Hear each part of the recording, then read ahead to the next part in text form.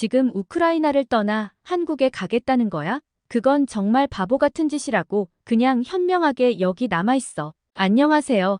저는 과거에 우크라이나 사람이었지만 지금은 한국 사람인 산이야라고 합니다. 한국 이름으로 바꾸는 것에 대해 남편과 고민을 많이 해봤지만 그냥 두기로 결정했어요. 하지만 곧 태어나게 될 아들의 이름은 순수 한글 이름으로 지어줄 생각입니다. 제가 어쩔 수 없이 한국의 시골 남자와 중매혼을 했을 거라고 생각하실까봐 말씀드리는데 그런 경우는 아니었어요. 저는 이미 8년 전 나이 30을 넘어서부터 처음 간 한국에 머물기 시작했습니다. 처음엔 한국 남자와 만날 생각이 없었지만 어쩌다 보니 한국 남자와 연애를 하게 됐고 그게 결혼까지 이어져 남편 고향인 시골로 내려와서 살게 됐습니다. 결혼 1년 만에 자녀가 생겨서 내년에 출산도 할 예정이에요. 저는 항상 제가 사랑하는 남자와 결혼해서 아이도 낳고 행복하게 사는 것이 꿈이었는데 한국에서 행복한 가정을 꾸리게 되며 그 꿈을 이루게 되었습니다. 우선 제가 지금 글을 쓰게 된 이유는 한국에서 어떻게 자리를 잡았고 어떻게 살고 있는지 말씀을 드리려는 것은 아니고요. 8년 전에 제가 한국으로 왔을 때 우크라이나 사람들에게 바보 취급을 받았던 상황과 지금에 와서야 우크라이나 사람들은 왜 저를 부러워하는지, 왜 제가 현명했다고 말하는지 말씀드리고 싶어서입니다. 그리고 아직까지도 깨닫지 못하고 한국은 어디 가난한 나라쯤으로 생각하는 사람들에게 현실을 알려주기 위함이에요. 지금은 그렇지 않겠지만 8년 전을 생각해보면 당시 한국에 왔을 때만 해도 우크라이나의 주변 사람들은 다른 나라도 아니고 왜 한국 같은 데를 가냐며 굉장히 심하게 반대를 했습니다. 부모님도 마찬가지였고 학교 교수님들도 전부 다 같은 말씀을 하셨어요. 주변에서 너무 반대를 하다 보니 솔직히 저도 흔들릴 때가 있었습니다. 지금은 한국에 오는 선택을 했던 저를 부러워하는 사람들이 99%지만 당시에는 나름대로 그럴 만한 이유는 있었습니다. 지금은 아니지만 과거에 한동안은 우크라이나가 경제대국으로 부상할 가능성이 크다고 평가되었어요. 우크라이나가 한창 성장할 시기가 있었는데 같은 기간 한국은 20% 성장하는 데 그쳤습니다. 한국뿐만 아니라 대부분의 나라들이 20% 내외의 성장률을 보인 데 반해서 우크라이나는 많은 성장을 이뤄내고 있었죠. 우크라이나 어디에서는 높은 급여를 제한하는 일자리 공고가 많아지기 시작했고 사람을 못 구해서 주변 가난한 국가의 사람들이 몰려오기도 했습니다. 우크라이나의 부흥을 꿈꿀 만한 좋은 상황이었어요. 서서히 부자들이 생기기 시작하면서 우크라이나에서도 부자가 탄생하는 나라가 됐었습니다. 당시 전망으로 몇 년 후 1인당 GDP가 한국의 1인당 GDP를 추월할 것이라는 우크라이나 신문의 보도가 쏟아졌고 우크라이나 사람들은 큰 기대감 속에 하루하루를 보내고 있었습니다. 이런 분위기 속에서 제가 한국으로 가겠다고 하니 주변에서 아주 난리가 아니었죠. 심지어 당시에 인구가 더 많은 우크라이나가 한국의 경제 규모를 뛰어넘은 상황이기도 했어요. 그래서 일부 우크라이나 사람들은 한국을 가난한 나라쯤으로 생각하고 있었습니다. 지금은 우크라이나가 한국보다 경제 규모가 작은 수준에 머물러 있지만요. 어디까지나 당시의 우크라이나 분위기는 그랬습니다. 그럼에도 불구하고 저는 한국으로 취직을 했습니다. 저는 대학에서 한국어를 전공했고요. 졸업 직후 당시에 우크라이나에서 한국과 관련이 있는 기업에 취직할 기회도 있었습니다. 급여도 어느 정도 보장받을 수도 있었어요. 하지만 저는 그럼에도 불구하고 한국 땅에서 살아보기를 원했습니다. 한국에서 우크라이나와 무역을 하는 회사에 취직을 했습니다. 많은 사람들이 우크라이나가 잘 살고 큰 기대 가능성을 보여준다고 말했지만 제가 느끼고 봤던 것은 전혀 그렇지 않았습니다. 한국 회사의 급여가 훨씬 높았고 한국의 모든 인프라는 우크라이나와는 비교할 수 없을 만큼 수십 년 발전한 수준이었어요. 한국에 사는 게 당연히 만족스러웠고 더 발전된 나라, 더 선진국에 있다는 느낌을 받을 수밖에 없었습니다. 한국 사람들의 의식 수준도 상당히 높고요. 지금 생각해보면 이게 당연한 것이고 이게 현실인데 당시에 우크라이나 사람들은 마치 사이비 종교에 가입된 사람들 같았죠. 머지않아 우크라이나는 강대국으로 부상할 것이고 한국 정부는 어려웠을 당시 시점에서 이미 우크라이나가 아득히 추월해버렸다고 생각하기도 했으니까요. 대학을 졸업하고 우크라이나의 기업으로 바로 취직했던 친구들은 한국 생활을 하고 있는 저에게 힘들지 않냐며 우크라이나로 돌아오라는 메시지를 허구한 날 보내기도 했지만 저는 그런 그들을 보면서 너무나 답답하다는 생각마저 들었습니다. 왜냐하면 우크라이나는 단순히 일자리가 많아진 것뿐이고 우크라이나가 가진 기술력이나 가지고 있는 인재들은 거의 없다시피 하거든요. 저는 한국의 무역회사에서 일하며 양국이 얼마나 큰 기술 격차를 보이고 있고 얼마나 다른 발전 가능성을 보이고 있는지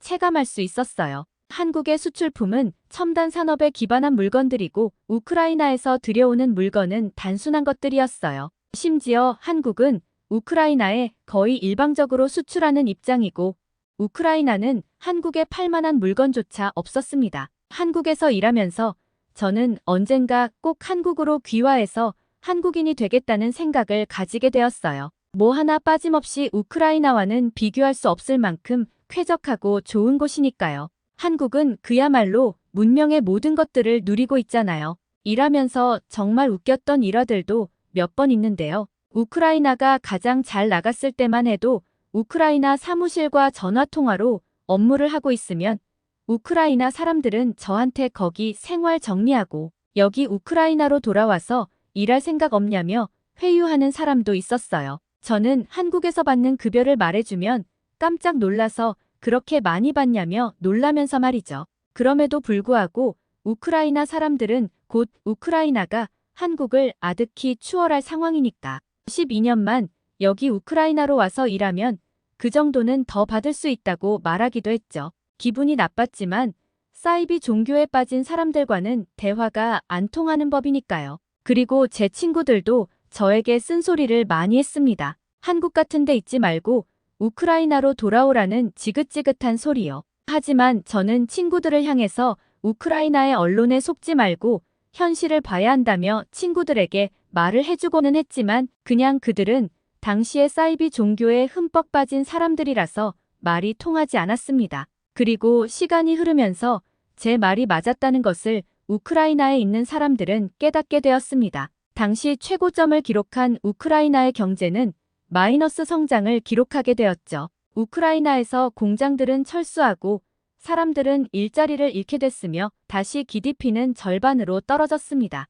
아무런 기술력 없고 기반 없는 나라가 이렇게 추락하는 것은 당연했죠. 하지만 한국은 늘 승승장구해 왔습니다. 우크라이나와는 비교할 수 없는 나라죠. 저는 우크라이나에서 가장 풍족한 세대였다고 말할 수 있어요. 당시의 대학 졸업생들은 전공이 무엇이든 간에 높은 급여를 받으며 원하는 회사에 골라 들어갈 수 있었고 우크라이나 역사상 정점으로 높아져 있는 급여를 첫 급여로 받았으니 이들은 세상이 그저 아름답고 행복한 것으로 생각하는 세대였습니다. 하지만 저는 한국어 전공이라는 이점을 살려서 한국으로 취업을 했었고 다른 친구들은 우크라이나의 부흥을 믿으며 우크라이나에 남아있는 선택을 했다가 좌절스러운 우크라이나의 경제 상황에 직면해서 큰 좌절을 맛본 세대이기도 하죠. 최대의 부흥과 최대의 좌절을 맛본 제 또래 세대는 뒤늦게 한국어를 전공하거나 한국어에 자신 있는 우크라이나 사람들 위주로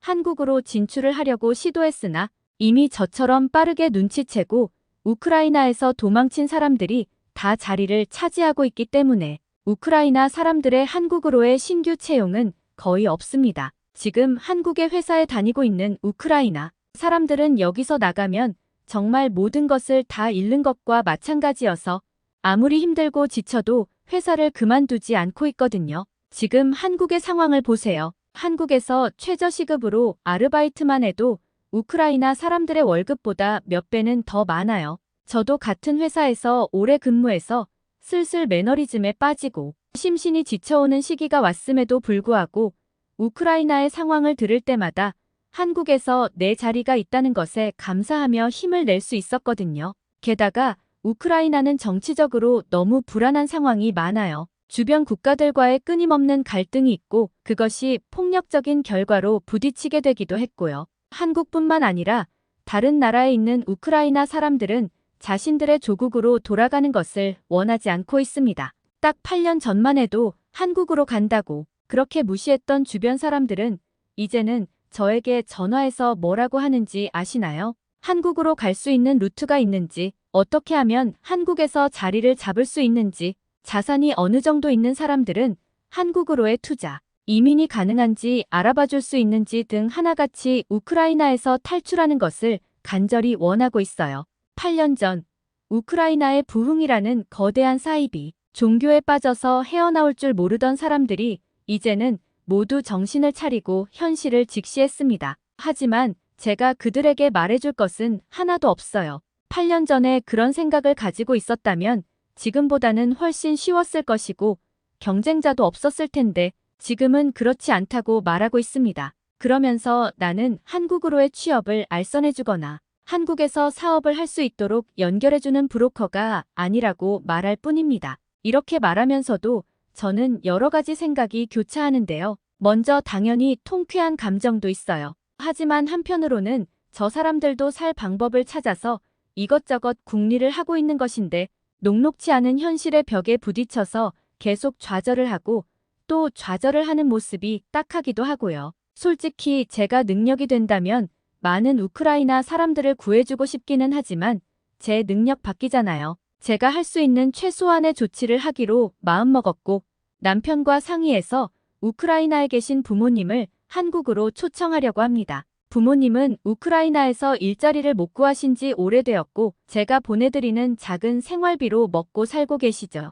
오히려 부모님이 우크라이나에 계시면 정말 작은 돈으로 제가 부모님을 평생 부양해드릴 수 있기는 한데 지금 다들 아시다시피 우크라이나는 굉장히 불안한 상황입니다. 집에서 쉬고 계시던 부모님의 집에 폭탄이 날아오는 것을 원하지 않아요. 그리고 부모님이 한국으로 오시면 곧 태어날 아이도 돌봐주실 수 있고 그러면 제가 한국에서 계속해서 커리어 생활을 이어나갈 수 있으니까요. 이런 제 의견에 남편도 긍정적으로 생각해서 흔쾌히 그러라고 했고요. 부모님이 한국에 오시면 저는 우선 서울로 가서 한국의 모습을 보여드리려고 해요. 아무래도 나이가 있으신 분들이라 세계가 얼마나 빠르게 변하는지 한국은 어떤 나라인지 잘 모르시거든요. 그냥 한국이 잘 산다는 것만 알고 계시는데 그러면서도 한편으로는 해외에 귀화까지 한 딸이 걱정되는 부모님의 마음이 있으시니까 한국의 발전된 모습과 너무나도 안전한 한국의 모습을 보여드리고